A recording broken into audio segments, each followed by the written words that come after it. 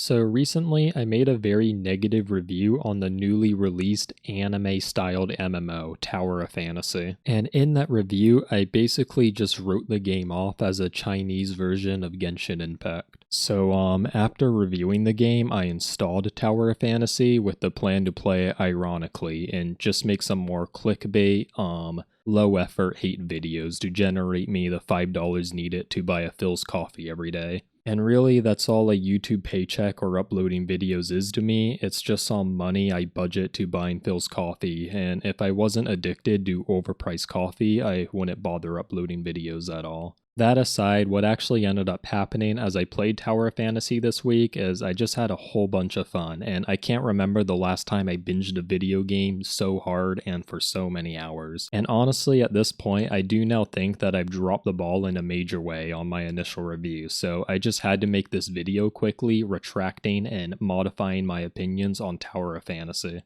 So the first and probably main thing I moaned about in my initial review was the combat in the game and how it was just a bunch of left click spam. I just found the combat to be very annoying since I get tendinitis very easily, so when a game requires mouse click spam, it is just an instant turnoff for me. However, this issue is just easily solved with macros, and honestly, since setting up a spam mouse click macro, I've just found the game a lot more enjoyable and just less painful to play. And after getting over this initial hurdle of tendinitis, I started to notice that the combat is a lot more intricate than I first thought. It is much more than just spamming left mouse click. There is also some cool weapon switching mechanic, and every weapon has very unique abilities. And understanding when to weapon switch and how to chain your abilities is where the true strategy in the combat will come into play. And as for the enemies you fight, they do get more complicated and fun to fight as you play more and more. Sure, the standard overworld enemies that you meet at the start of the game do bugger all, and that is what I originally criticized on my review.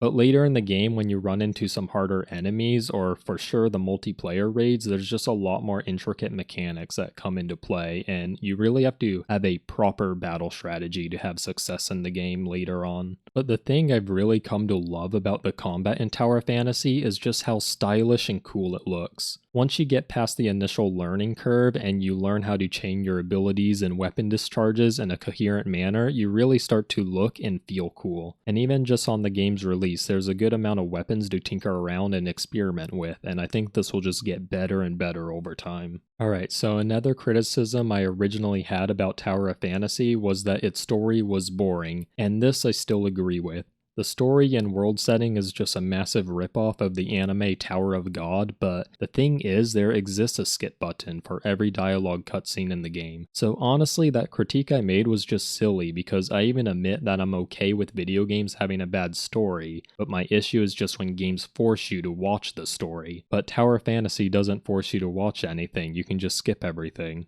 which is great. So yeah, cross that critique out, it's completely irrelevant and was just a silly thing to say. And the other silly criticism of the game I had was not finding the characters attractive. And again, I still agree with this to some extent. None of the characters in Tower of Fantasy resonate with my penis, but the thing is, that is the case for many other video games that I still consider to be very good. Like Elden Ring is my favorite game of the year, and I find none of its characters to be attractive either. So really the criticism is just very shallow and probably sexist, and I just don't think it's relevant anymore. And the last thing I poked fun at Tower of Fantasy for was its poor game engine and just generally how janky it feels to play, and I kinda had a go at the competency of its developers. And honestly, once again, I think I was partly correct here. Tower of Fantasy is coded by idiots, but that is a part of its charm. You would not believe how many hilarious, clippable moments I had playing this game for this week. I've turned into a giant, had a bunny talk to me as some sort of NPC character, I somehow took someone else's items after PvPing them,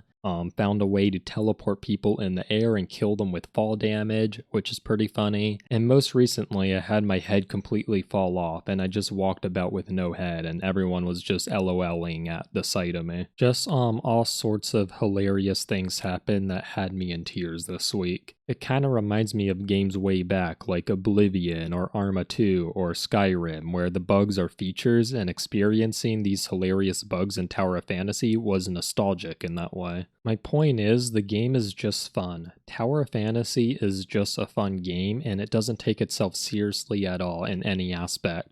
So, if I'm recalling correctly, in my original review, I think I gave the game a 3.2 out of 10, which I obviously do not agree with anymore, and I would like to retract that. Is Tower of Fantasy Chinese Genshin Impact? Yes, it is, but is it a lot of fun? Yes, and after playing the game for a week, I think I would like to raise my score to a 5.7 out of 10.